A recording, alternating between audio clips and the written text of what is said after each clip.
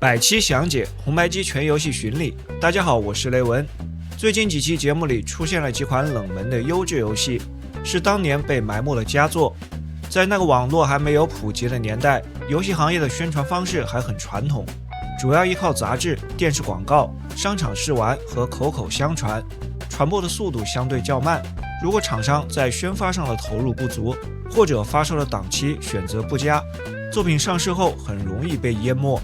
FC 后期这种情况就更加突出。今天要介绍1990年3月发布的游戏。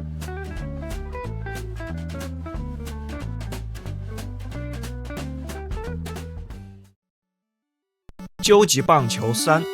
泰东旗下的棒球游戏，虽然命名是3代，但实际上是这个棒球系列的第4部。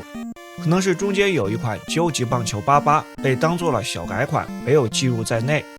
之前的3作分别在37、45和54期介绍过，这作的发行时间没有放在暑假或者年底棒球游戏常规的档期，而是放在了3月份，应该是基于当时主机市场的情况综合考虑的。在讲解前几作时也提到过，泰东的究极棒球系列是在南梦宫棒球系列的基础上制作的，有自己的改良，并追加了一些新的元素，像是在球员的名字的左边用一个脸的图案表示队员的状态，比赛间歇的解说播报，精彩回放的局部特写镜头，都是该系列首创的内容。棒球游戏的具体玩法之前介绍过很多次了，这里就不再重复。相较于上一部作品，本作取消了实况台选手的养成要素，也去掉了该系列特色之一的投手视角，重点放在了联赛模式，可以进行最多包含130场比赛的联赛和系列赛。在球队的选择方面，除了12支联赛队伍、原创的女子偶像队，还增加了名人堂队和传奇外籍球员队等队伍，有3个可选的球场，同时有一个非常详细的球队编辑模式，可以编辑自己的队伍，并定义每个球员的方方面面的能力。在具体的比赛游玩和呈现上，相比前作没有太大的变化，依然延续了不错的素质，但这个时间红白机上棒球游戏的时代已经过去了。个人评价3颗星。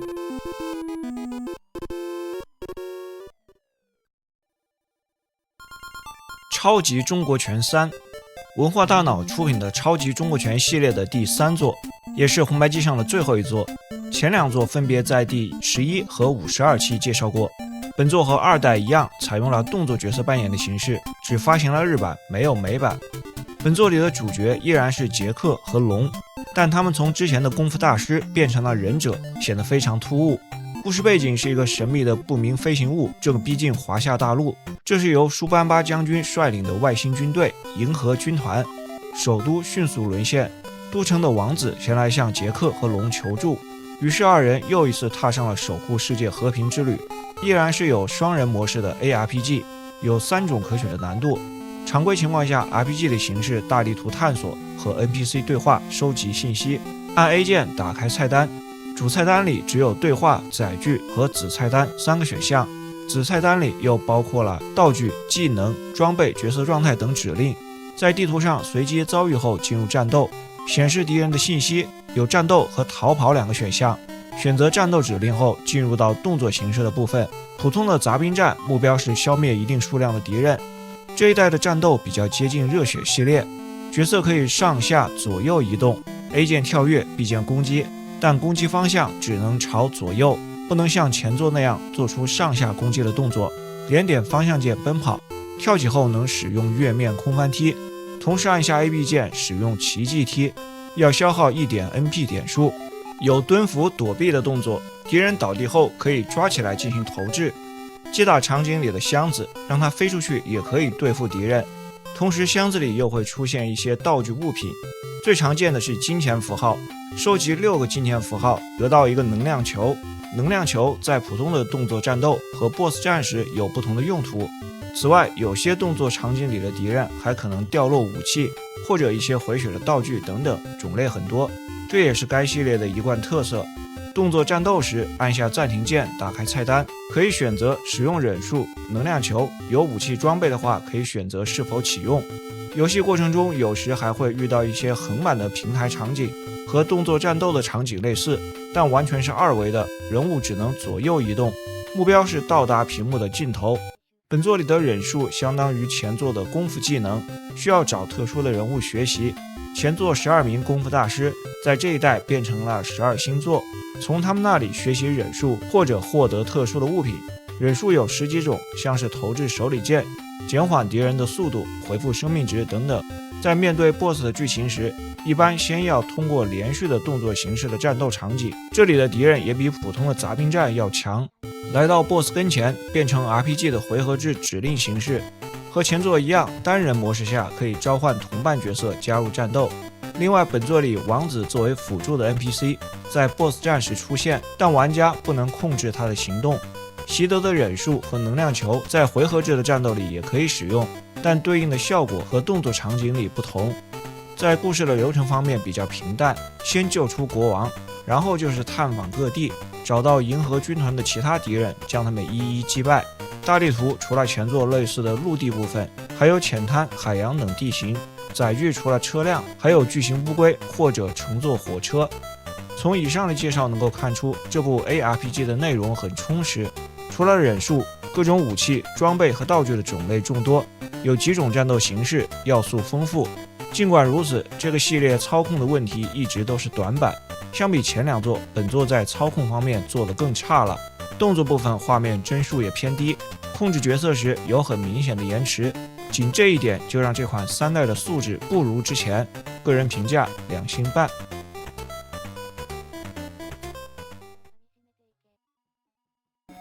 比尔·艾利奥特的纳斯卡挑战赛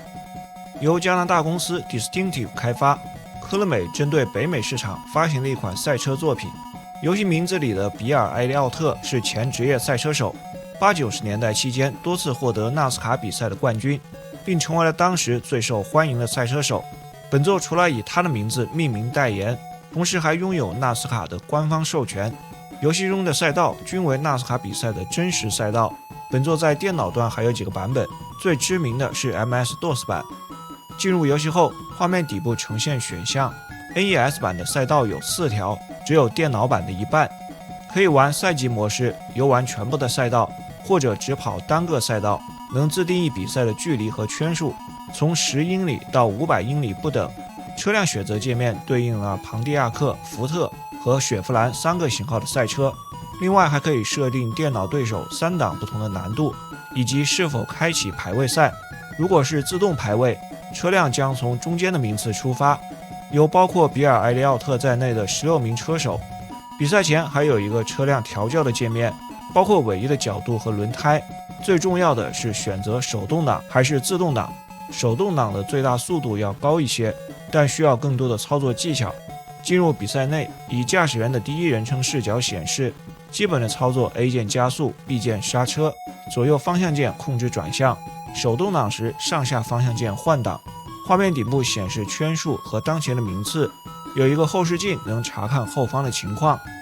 这款赛车游戏有一个比较重要的技巧，就是利用尾流，紧跟在另一辆车的后面，能避开气流，从而提高速度。当紧贴前车保险杠时，可以利用气流甩尾超车。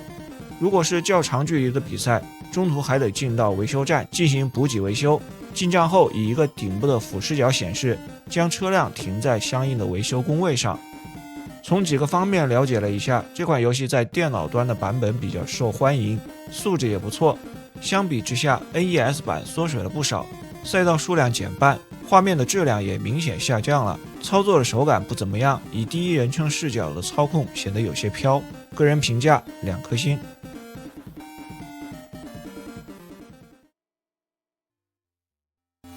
哈林篮球队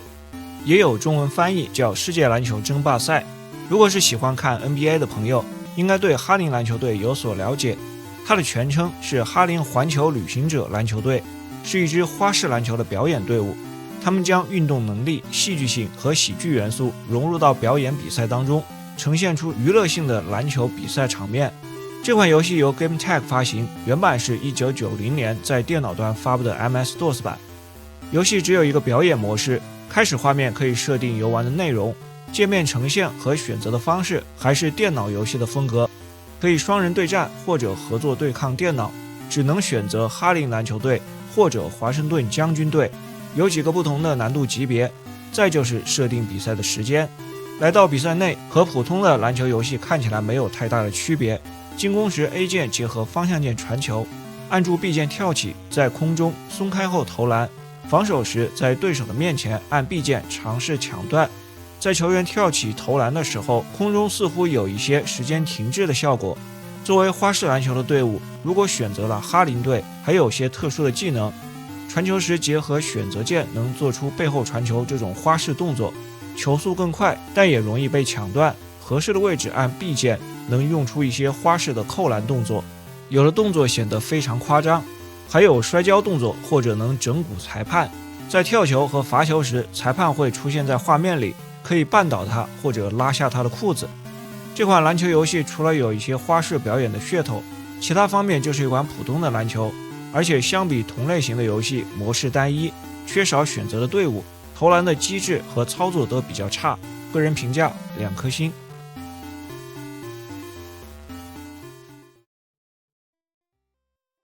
印第安纳琼斯圣战骑兵泰东版，根据著名的同名电影改编的游戏。电影是夺宝奇兵系列的第3部，在之前第44期节目里曾经介绍过夺宝奇兵的第2部魔宫传奇改编的游戏，但和本作没有什么关系。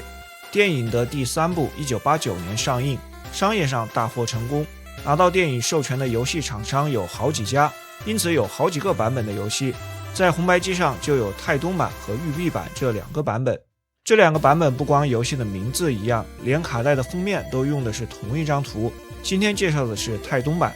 游戏在开始的演示画面里会呈现不同关卡的游玩片段和剧情梗概。这款动作作品的关卡直接取材于电影的故事，关卡之间穿插动画演出。1938年，琼斯收到一个来自意大利威尼斯的包裹，里面竟然是他父亲的圣杯日记。与此同时，他收到了马库斯·布罗迪的电报，得知科罗纳多的十字架在一艘停泊于葡萄牙海岸附近的船上。这时玩家可以选择关卡，是先取回十字架，还是先前往威尼斯。关卡的顺序决定了难度，后选择的关卡难度更高。如果从取回十字架的关卡开始，来到船上横版的场景，操作和双截龙有些相似。B 键出拳， A 键踢腿，同时按下 AB 键跳跃，跳跃时踢腿使出飞踢，连点2下方向键奔跑，助跑后能使用大跳，跑动时可以使用威力强大的奔跑踢，面对墙壁助跑还能使用3脚跳，按选择键切换是否拿起鞭子，鞭子可以将敌人一击秒杀，但需要在合适的距离才能命中。另外2种秒杀敌人的方式是奔跑踢和找准时机攻击敌人的头部，其他的攻击方式都要打很多下才能消灭一个敌人。船上的这关目标是要消灭指定数量的敌人，过关后播放过场剧情。前面的关卡每过一关都会出现新的选项，始终保持着多个关卡的选择。选择去威尼斯的话，与艾莎见面，这关是拼图解谜，在火势烧到墓穴前完成圣杯的草图，接着选择救出父亲，前往关押他的布伦瓦尔德城堡，和第一关一样的横版场景，但关卡的目标变了，城堡是一个大迷宫，需要完成解谜的内容。值得一提的是，如果任务失败并不会结束游戏，会导致父亲的日记被偷走，琼斯必须骑着摩托车前往柏林找回日记，这时就会呈现俯视角的驾驶摩托车的关卡。面对骑摩托车的敌人时，把他们挤到路边并消灭，同时越过障碍和陷阱、敌方的雷区、机枪炮塔的防御工事。再选择找到马库斯的关卡，是在一辆巨大的坦克上战斗，在坦克坠入悬崖前要消灭10个敌人。最后一关找到圣杯，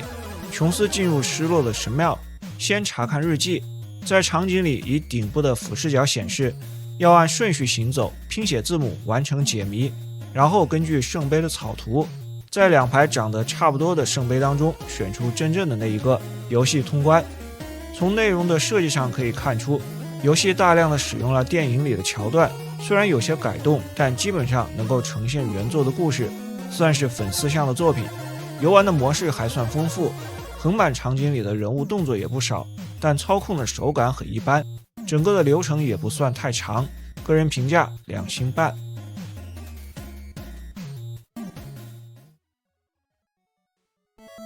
南梦宫麻将3麻将天国。南梦宫在红白机上的家庭麻将系列的第3作，前2部分别在24和43期介绍过。尽管这个麻将系列是南梦宫发行的，但之前的开发都是日本物产。在给南梦宫开发了1代和2代之后，基于这2作的系统，日本物产也在红白机上推出了自己的物产麻将，相关的内容在第73期讲过。本作的发行为了和物产麻将针锋相对，名字也改成了南梦宫麻将。游戏仍然是2人麻将，开始画面有3种模式。第一种普通对局，从6个对手里任意选择一个进行对决，设置标准或者竞技形式，自定义一些规则。第3种训练模式和对局模式类似，只是在规则设定上有一些差别。主要的内容是第2种冒险模式，这个模式采用了棋盘游戏的形式，在棋盘上走格子，但这里不使用骰子，而是根据对局当中获胜的倍数，在棋盘上前进对应的步数。如果输掉对局，则后退1格。根据棋盘上不同格子的图形，会触发不同的事件。玩家有3项属性，除了对局的点数，在这里相当于 HP， 还有 Power 和运气这2个数值。Power 是在 BOSS 战时消耗使用的，运气点数决定了拿到好牌时的概率。这些点数随着事件而有所变化，战胜普通的对手也能获得 Power 点数，积累的点数在 BOSS 战时用来兑换作弊的技能。这款游戏在麻将类型里的素质还算不错，不同的对手有自己的打牌风格，也有原创的棋盘模式能增加游玩的时长。但不管是和前2作，还是和同时期结合了 RPG 的其他麻将游戏来对比，都少了些新意。这么看来，日本物产的麻将游戏制作水准还是要高一些，个人评价2星半。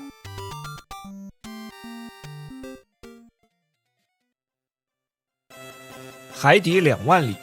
根据著名的同名动画改编的策略角色扮演作品，这部承载着很多80后回忆的动画片，当年引进时还有个译名《蓝宝石之谜》，日文原名的直译是不可思议的海之纳迪亚。动画原版于1990年到91年在 NHK 电视台播出，以凡尔纳的小说《海底2万里》为蓝本，讲述了在1889年的巴黎万国博览会上，在埃菲尔铁塔上相遇的2人，拥有神秘蓝宝石的马戏团少女纳迪亚和爱好飞机和发明的少年约翰，以及小狮子森林大帝的故事。动画热播后，在多个平台都推出了不同的游戏，主机端有哈德森的 PCE CD 版、南梦宫的 MD 版和这个东宝的 FC 版。其中 PCE CD 版凭借着光盘容量的优势，拥有全程配音和动画，是当时比较知名的一个版本。尽管是基于动画改编，但 FC 版的游戏并没有什么故事的呈现，内容可能和你想象的有很大的不同。开始游戏后有50张地图，代表50个关卡，可以任意选择游玩。这些关卡大致按照动画片里的内容顺序，每5关对应一个主题的场景，像是1到5关的主题就是巴黎的街景，对应了动画开始的部分。来到关卡内，每关都是一个固定的屏幕，左右两侧呈现双方的角色，关卡里的目标是击败敌方的首领。单人模式下，玩家控制纳迪亚和他的同伴，我方的首领就是纳迪亚，敌方是亚特兰蒂斯帝国，首领是帝国的皇帝。双人模式是对战的玩法，2个玩家以击败对手为目标。回合制的战斗，每回合只能移动1名角色，移动的距离取决于角色的特性，双方轮流行动，就像下国际象棋一样。在地图上用光标操作，有4个指令：移动、技能、使用物品和查看状态。每个角色有自己独特的技能，包括攻击、治疗、辅助等等，种类不多。当2个单位接触发生战斗时，切换画面，这时的4个指令分别是普通攻击、技能、物品和逃跑。在这种设计下，可以看到很奇葩的对决画面。物品有时会随机出现在地图上，将单位移动到物品的位置即可获得。角色击败敌人后，可以获得经验值，积累经验提升等级，从而提高 HP 和 MP。以及各项属性。本作当中，每个关卡里敌我双方出场的角色都是一样的，只是后面的关卡敌人的等级较高。单人模式下已经通过的关卡还可以反复游玩，不同主题关卡下敌人的数值相差的比较多，所以得在一个主题的关卡里反复的刷等级。通过全部50关的话，能解锁最后5个隐藏的关卡。这部作品虽然拥有动画的授权，但从以上的介绍可以看出，这种国际象棋式的玩法并没有怎么利用到动画的内容，只不过使用了一些角色的图形和场景主题，把它们换成其他的图片一样成立。而且这种玩法本身的设计就有问题，缺乏平衡性，没有太多的策略，进展缓慢，不同关卡之间只有等级和数值的变化，内容单一，感觉像是为了授权硬憋出来的一款游戏。同时期其他平台的授权作品质量应该要好一些，个人评价2颗星。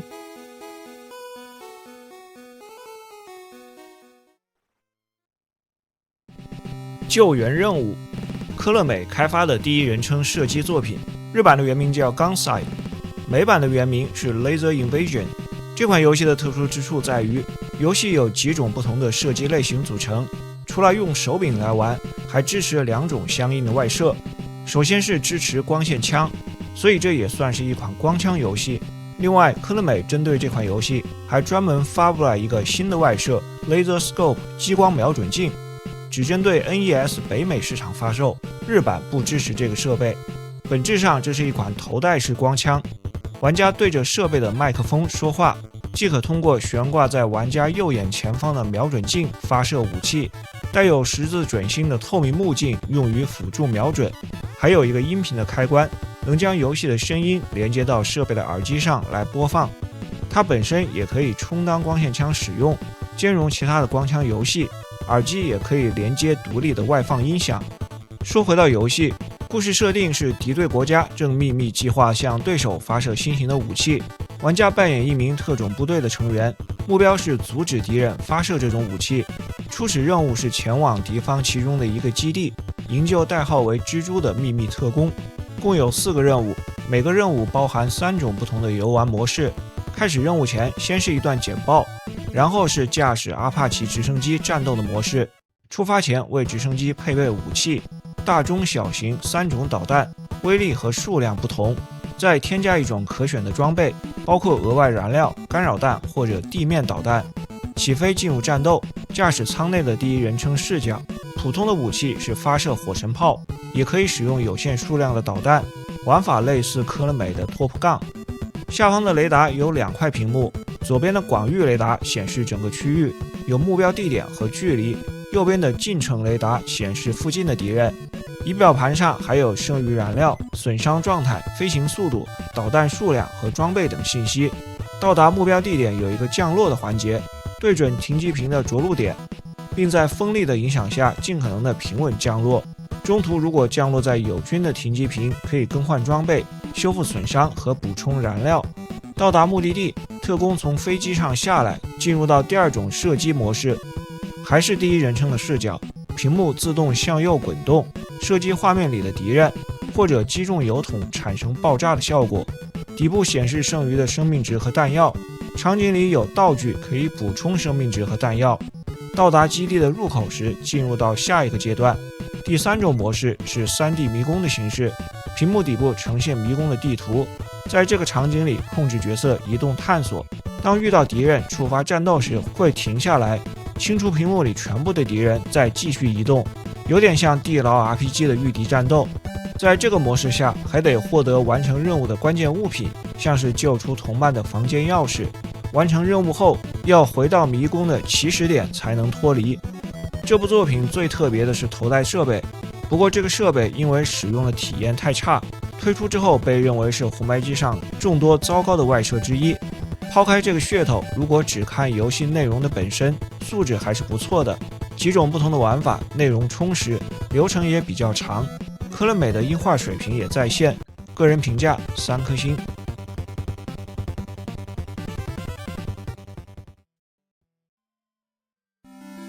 大航海时代，光荣旗下的经典系列大航海时代的首部作品，原始版本是1990年5月的 PC88 版，之后登陆到其他的电脑端口。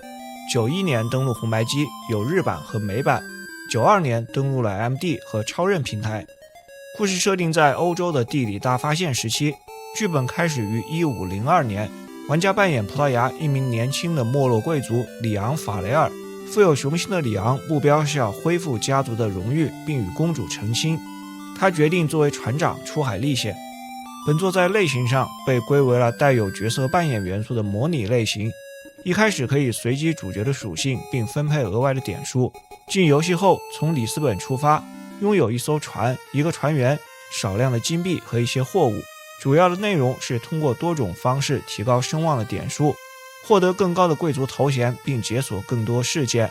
通过在各个港口买卖货物赚取差价，积累资金。港口的设施和功能在初代就已经基本明确了，在旅馆住宿、工会买卖物品和宝物，或者付费可以查看其他地区的信息。酒馆收集情报，招募解雇船员和航海士同伴。交易所进行贸易，买卖货物。投资可以提升商业价值，从而增加可交易商品的种类。造船厂用来建造、改装、维修和出售船舶。投资提升工业价值，扩展可建造的船舶类型。几个特定的城市有皇宫，在港口补给水和食物，航行出发。初代的航行做得还很粗糙，船只的移动取决于风向和潮汐。屏幕实际被分成了多个小格子，一格格的移动。提高声望的方式包括了航行探索发现新的港口，在港口投资提升支持率，如果支持率超过 80%， 变成同盟港，完成来自工会和交易所的委托和请求。中后期实力强大之后，在海上攻击并击败敌方的舰队或者海盗舰队，战斗基本上类似简单的战棋形式，分别移动舰队的船只和敌方战斗。虽然没有划线，但格子的类型是当时流行的六边形网格。获胜取得战利品并提高声望。当声望到达一定程度后，葡萄牙国王会召见主角，并赐予一道皇家诏令。完成诏令能获得相应的贵族爵位。达到爵位的等级要求并满足条件之后，就能触发最终的结局。初代的大航海时代在刚推出的时候评价并不太高，还存在很多粗糙的地方，平衡性也尚未完善，原版的操控做得相当糟糕。这个方面主机端反而要好一些，但仅就超高的自由度、横跨大海的探索就能显出它独特的价值。红白机的版本凭借率先抢占主机的端口，在当时获得了相对不错的评价。不过如果是现在作为怀旧游玩，16位主机的版本还是更合适一些。个人评价3星半。